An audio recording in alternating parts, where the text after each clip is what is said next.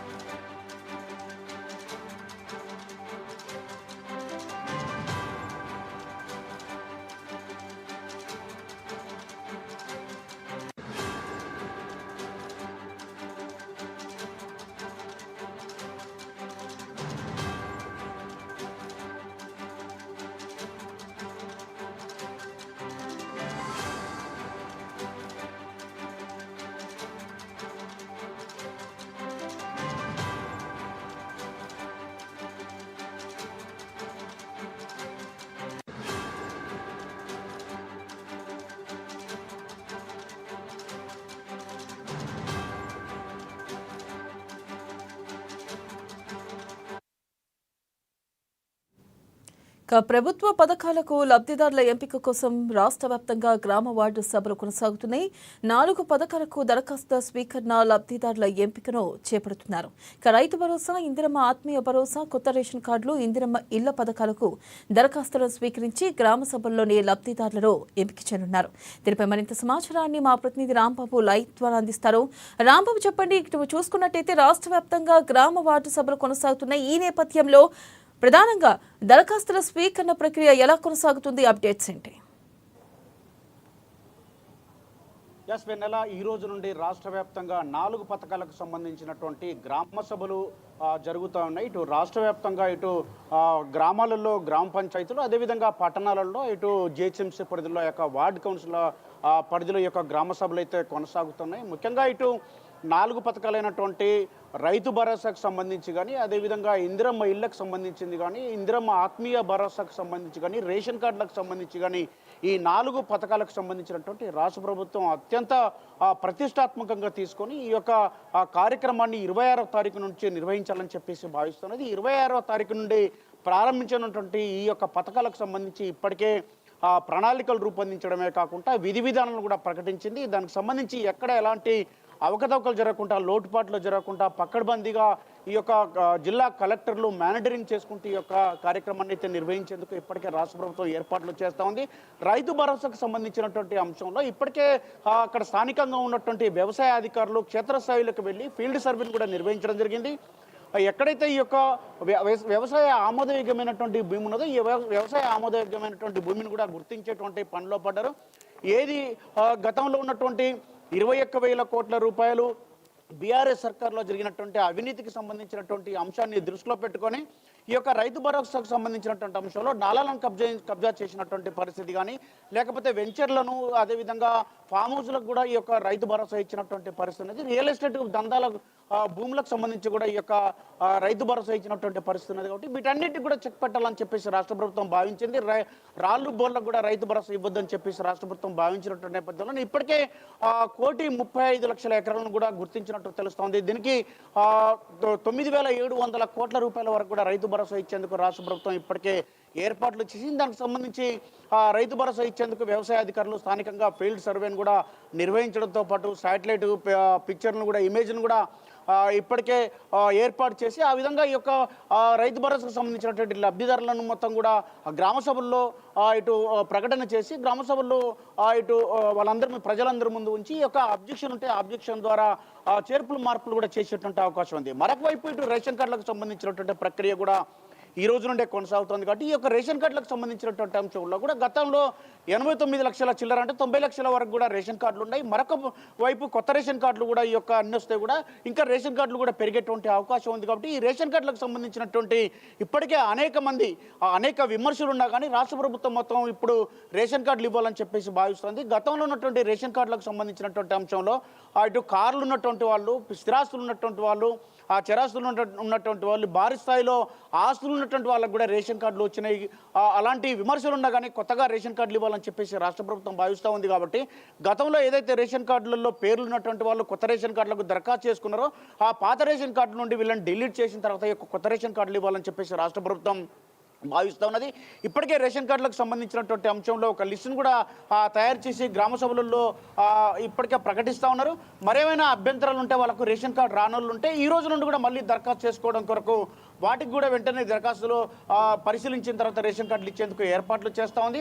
అదేవిధంగా ఇటు చనిపోయినటువంటి వాళ్ళను పేర్లను డిలీట్ చేయడమే కాకుండా కొత్తగా వాళ్ళ పిల్లలకు సంబంధించినటువంటి అంశాలు కూడా జాబితాలో ఆ యొక్క రేషన్ కార్డులకు సంబంధించినటువంటి యాడ్ చేసేటువంటి ప్రక్రియను కూడా చేపట్టింది. అలాగే రాంబాబు, మనం చూసుకున్నట్టయితే గతంలో 6 గ్యారెంటీల భాగంగా కూడా రేషన్ కార్డుల కోసం దరఖాస్తులు తీసుకున్నారు. మరి ఈ నేపథ్యంలో గతంలో పొందుపరిచిన అంశాల్లో మరొకసారి దరఖాస్తులు పొందుపరచాల్సిన అవసరం ఉందంటారా? మీరు చెప్పినట్లుగా ఇటు గతంలో ఇటు బీఆర్ఎస్ సర్కార్ ఉన్నప్పుడు కూడా కొన్ని దరఖాస్తులు చేసుకోవడం జరిగింది. బీఆర్ఎస్ సర్కార్ 10 ఏళ్లలో కూడా రేషన్ కార్డులు ఇవ్వలేదని చెప్పేసి ఒక విమర్శ ఉంది. కాంగ్రెస్ పార్టీ ఆ వైపుగా ఆరోపణలు చేస్తూనే వస్తుంది. ఇప్పుడు కొత్తగా వచ్చినటువంటి కాంగ్రెస్ సర్కార్ మాత్రం అర్హులైనటువంటి ప్రతి ఒక్కరికి రేషన్ కార్డు ఇవ్వాలని చెప్పి భావిస్తున్నది. అందుకొరకే ప్రజాపాలనలో కూడా దరఖాస్తులు తీసుకోవడం జరిగింది.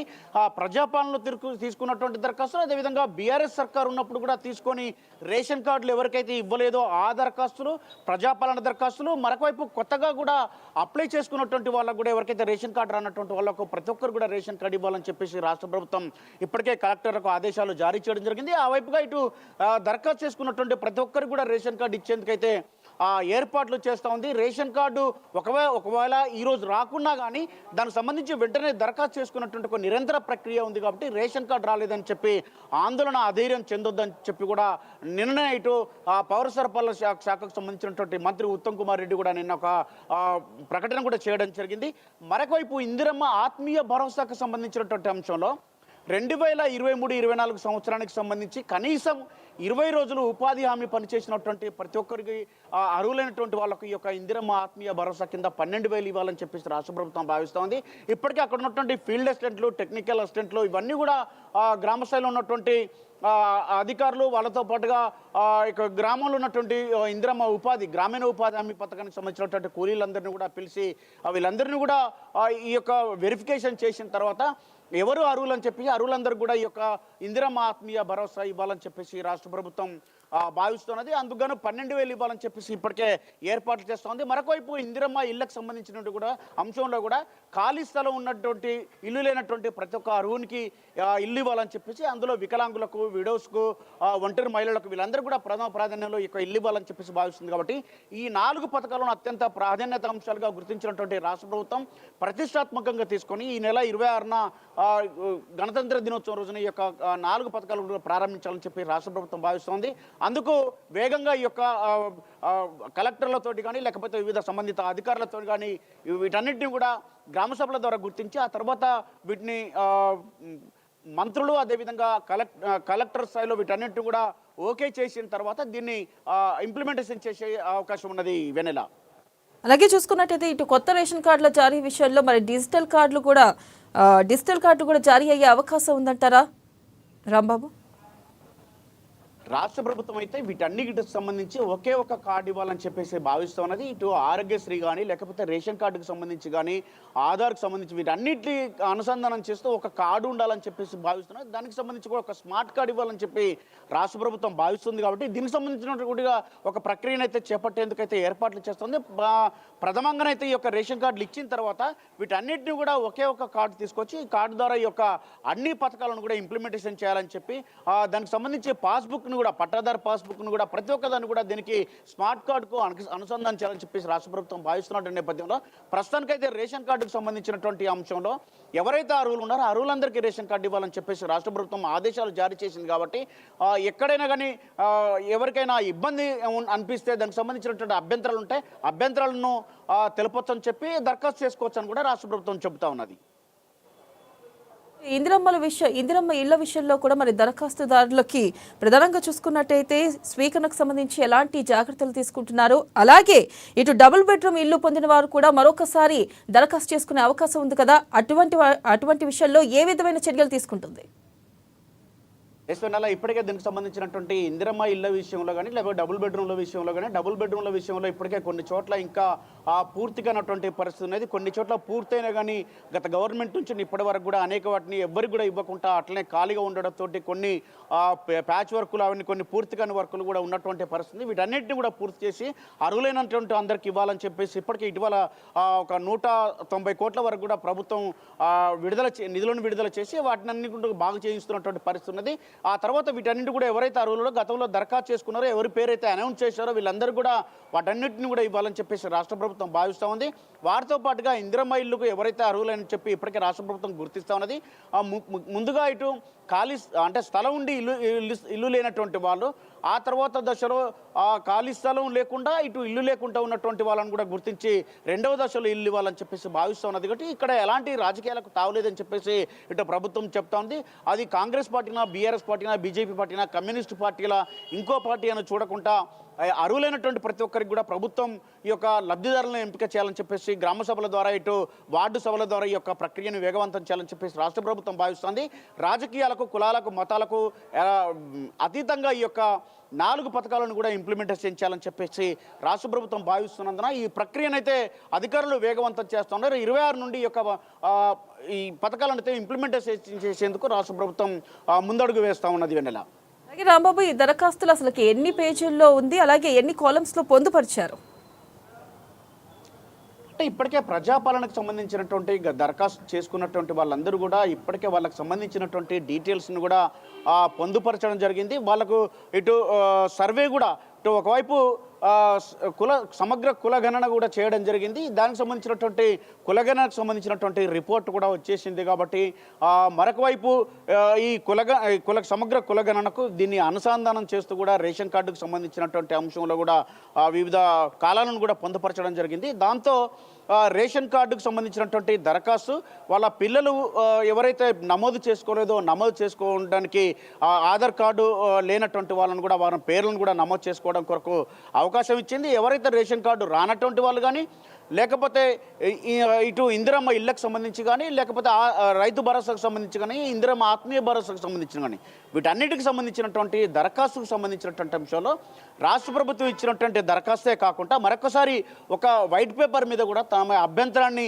రాసి ఇస్తే కూడా దరఖాస్తు స్వీకరించి ఈ యొక్క దరఖాస్తును పరిశీలించి వెంటనే రేషన్ కార్డులకు సంబంధించినటువంటి అంశంలో ఎంపీడీఓలు అక్కడ ఉన్నటువంటి స్థానికంగా ఉన్నటువంటి అధికారులు ఈ యొక్క రేషన్ కార్డు ప్రక్రియను కూడా పూర్తి చేయాలని చెప్పేసి భావిస్తూ ఉన్నారు. అదేవిధంగా వ్యవసాయ అధికారులు రైతు భరోసాకు సంబంధించినటువంటి దానిపైన ఇటు ఇళ్లకు సంబంధించినటువంటి అంశం కానీ, లేకపోతే ఇందిరమ్మ ఆత్మీయ భరోసాకు సంబంధించినటువంటి అంశంలో కూడా ఎంపీడీఓలు, ఎంఆర్ఓలు వీళ్ళందరూ కూడా స్థానికంగా ఉండి ఈ యొక్క ప్రక్రియలో ఎక్కడ కూడా ఎలాంటి ఇబ్బంది కాకుండా ఉండేందుకు ఒక వైట్ పేపర్ మీద కూడా అభ్యంతరాలను, దరఖాస్తులను తీసుకొని ఈ యొక్క సమస్యలను పరిష్కరించి ఈ యొక్క లబ్ధిదారులను ఎంపికను చేసేందుకైతే రాష్ట్ర ప్రభుత్వం ఇప్పటికే ఆదేశాలు జారీ చేసింది. కాబట్టి ఆ యొక్క ప్రభుత్వ ఆదేశానుసారంగా ఇప్పటికే ఇటు కలెక్టర్లతో పాటుగా ఉన్నటువంటి ఎంఆర్ఓలు, ఎంపీడీఓలు స్థానికంగా ఉన్నటువంటి వివిధ శాఖలకు సంబంధించినటువంటి ఆయా 4 పథకాలకు సంబంధించినటువంటి సంబంధిత అధికారులు ఈ కార్యక్రమంలో నిమగ్నమై ఉన్నారు. కాబట్టి ఈ ప్రక్రియలో ఎక్కడ కూడా ఎలాంటి ఇబ్బందులకు తావు లేకుండానైతే రాష్ట్ర ప్రభుత్వం అన్ని ఏర్పాట్లు చేస్తూ ఉన్నది.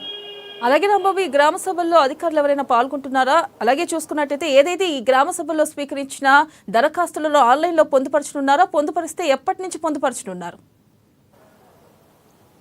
ఈ రోజు నుండి 4 రోజుల పాటు దీనికి సంబంధించినటువంటి ఈ యొక్క దరఖాస్తుల ప్రక్రియనే కాకుండా ఎవరెవరైతే లబ్ధిదారులకు సంబంధించినటువంటి వాళ్ళందరినీ కూడా ఎంపిక ప్రక్రియ ఇప్పటికే పూర్తి చేసినటువంటి నేపథ్యంలో, అంటే ఈ యొక్క గ్రామ సభల ద్వారా ఎంపిక ప్రక్రియ పూర్తి చేసి గ్రామ సభలలో వాళ్ళకి సంబంధించినటువంటి పేర్లను మొత్తం కూడా అనౌన్స్ చేసిన తర్వాత ఆ యొక్క లిస్టును మొత్తం కూడా గ్రామ సభలలో అనౌన్స్ చేసి అక్కడ పొందుపరచడం జరుగుతుంది. ఎవరైనా వీళ్ళందరూ వాళ్ళ పేర్లను కనుక చూసుకొని వాళ్ళకు అభ్యంతరాలు ఉంటే ఈ అభ్యంతరాలకు సంబంధించినటువంటి అంశంలో తమ పేరు లేనటువంటి వాళ్ళు ఏ పథకానికైనా అర్హులైనటువంటి ప్రతి ఒక్కరు కూడా ఈ యొక్క పథకానికి నేను అర్హున్నే కానీ నాకు రాలేదని చెప్పేసి భావిస్తే దానికి సంబంధించి ఈ యొక్క దరఖాస్తు చేసుకోవడానికి అవకాశం ఇచ్చింది. 24 తారీఖు వరకు కూడా ఈ దరఖాస్తు చేసుకోవచ్చు. దరఖాస్తు చేసుకున్నటువంటి యొక్క అన్నిటిని కూడా పరిశీలించి 25వ తారీఖు వరకు కూడా వీటన్నిటిని కూడా పరిశీలించిన తర్వాత 25 తారీఖు వరకు మొత్తం ప్రక్రియను పూర్తి చేసి 26 తారీఖు నాడు ఈ యొక్క లబ్ధిదారులకు సంబంధించి ఇటు ఎంపిక ప్రక్రియ 25 తారీఖు లోపే, అంటే 24 వరకు ఈ యొక్క దరఖాస్తుతో పాటుగా వీళ్ళ పేర్లను అనౌన్స్ చేయడం ఇప్పటికే జరుగుతుంది. కాబట్టి రానటువంటి వాళ్ళను 20 తారీఖు లోపు దరఖాస్తు తీసుకోవడమే కాకుండా వాళ్ళని కూడా ఎవరైతే అర్హులు ఉన్నారో అర్హుల జాబితాను కూడా తీసుకొని అదే రోజు, అంటే 24 లోపే రోజుకు రోజు ఇవి ప్రకటించడమే కాకుండా వీటన్నిటిని కూడా పూర్తి చేసి 26 తారీఖు నుండి ఈ లబ్ధిదారులకు సంబంధించినటువంటి అంశంలో రైతు భరోసాను ఇవ్వడం కానీ, లేకపోతే ఇందిరమ్మ ఇళ్లకు సంబంధించిన వాళ్ళ పేర్లను కూడా ప్రకటించడం కానీ, ఆత్మీయ భరోసాకు సంబంధించి పేర్లు ప్రకటించడము, రేషన్ కార్డులకు సంబంధించినటువంటి ఇంకెవరైనా రానటువంటి వాళ్ళు వచ్చిన వాళ్ళ లిస్టును కూడా ప్రకటించనున్నారు. వెన్నెల. అలాగే రైతు భరోసా విషయంలో మరి కౌలు రైతుల నుంచి కూడా దరఖాస్తులు తీసుకునే అవకాశం ఉందా? ఇప్పటికైతే రాష్ట్ర ప్రభుత్వం అయితే ఎవరైతే ఉన్నటువంటి భూమి ఉన్నటువంటి రైతులు, అంటే ఈ యొక్క భూమి వ్యవసాయ సేద్యానికి అనుకూలమైనది, వ్యవసాయ ఆమోదయోగ్యమైనటువంటి భూమి అని కనుక రాష్ట్ర ప్రభుత్వం భావిస్తే, అంటే ముఖ్యంగా అక్కడ ఉన్నటువంటి గ్రామాల్లో కానీ పట్టణాలలో కానీ ఎక్కడైతే వ్యవసాయానికి ఈ భూములు ఆమోదయోగ్యమైనటువంటి భూమి అని తెలుస్తుందో ఇది అక్కడ గుర్తించినటువంటి క్షేత్రస్థాయిలో అధికారులు వెళ్ళడమే కాకుండా అక్కడ పరిశీలించి ఈ భూమి వ్యవసాయానికి అనుకూలమైనదని చెప్పేసి భావించి దీనికి రైతు భరోసా ఇవ్వచ్చని చెప్పేసి వాళ్ళు గుర్తించడమే కాకుండా గతంలో ఇచ్చినటువంటి రైతు భరోసాను పరిగణలోకి తీసుకుంటూనే కొత్తగా ఏదైతే అభ్యంతరాలు ఉన్నాయో అంటే రాళ్ళు బోర్లు కానీ లేకపోతే ఇటు నాలాలకు కబ్జాకు సంబంధించినట్టు కానీ ఫామ్ హౌస్లకు సంబంధించినట్టు కానీ లేకపోతే పెద్దపల్లి సుల్తాన్పూర్లో ఇప్పుడు ఒక సినిమా థియేటర్ కూడా రైతు బంధు గత ప్రభుత్వంలో వచ్చింది. కాబట్టి అలాంటి ఒక సినిమా థియేటర్కు ఫంక్షన్ హాల్ కూడా రైతు బంధు గత ప్రభుత్వం ఇచ్చింది కాబట్టి అలాంటి వాటిని కాకుండా ఇప్పుడు నిజమైనటువంటి అర్హులతో పాటుగా గతంలో ఉన్నటువంటి అర్హులతో పాటుగా కొంతమంది ఎవరైతే అనర్హులు లబ్ధి చేకూరిందో వాళ్ళని ఏరివేయడమే కాకుండా రాళ్ళు బోళ్ళు ఇలాంటి అక్రమాలు ఎవరైతే చేసిరో లేకపోతే విఆర్ఓలను అప్పట్లో ఉన్నటువంటి విఆర్ఓలను పట్టుకొని లేకపోతే రికార్డులలో తమ పేర్లను నమోదు చేసుకున్నటువంటి వాళ్ళు ఎవరైతే ఉన్నారో వాళ్ళందరికీ సంబంధించినటువంటి అంటే భూమి లేకున్నా భూమి ఉన్నట్టు రికార్డులో పొందుపరచు ఉన్నటువంటి సంఘటనలు ఉన్నాయి కాబట్టి లేకపోతే వీళ్ళందరూ కూడా రైతు భరోసాకు అనర్హులైన కానీ తీసుకుంటున్నటువంటి వాళ్ళందరినీ కూడా తీసేసి వీళ్ళందరూ కూడా రైతు భరోసా ఇచ్చేందుకైతే ఏర్పాట్లు చేస్తూ ఉంది. కాబట్టి రైతు భరోసా విషయంలో కూడా అనేక ఇబ్బందులున్నా ఇంకా కొంతమందికి అంటే కౌలు రైతులకు సంబంధించినటువంటి ఒక అంశం పరిగణలోకి తీసుకుంటూనే వ్యవసాయ ఆమోదయోగ్యమైనటువంటి భూమికి రైతు భరోసా ఇవ్వాలని చెప్పేసి రాష్ట్ర ప్రభుత్వం ఒక ఆలోచన కాబట్టి ఆ విధంగానే ముందుకెళ్తా ఉన్నది Vennela. Right Rambabu, thank you. ఇక రాష్ట్ర వ్యాప్తంగా ఇటు గ్రామ వార్డు సభలు అయితే కొనసాగుతున్నాయి. 4 పథకాలకు కూడా దరఖాస్తుల స్వీకరణ, లబ్ధిదారుల ఎంపికను ప్రభుత్వం చేపడుతుంది. ఇక ప్రధానంగా మనం చూసుకున్నట్టయితే పథకాల ఆచరణపై సర్కార్ స్పెషల్ ఫోకస్ పెట్టినట్లుగా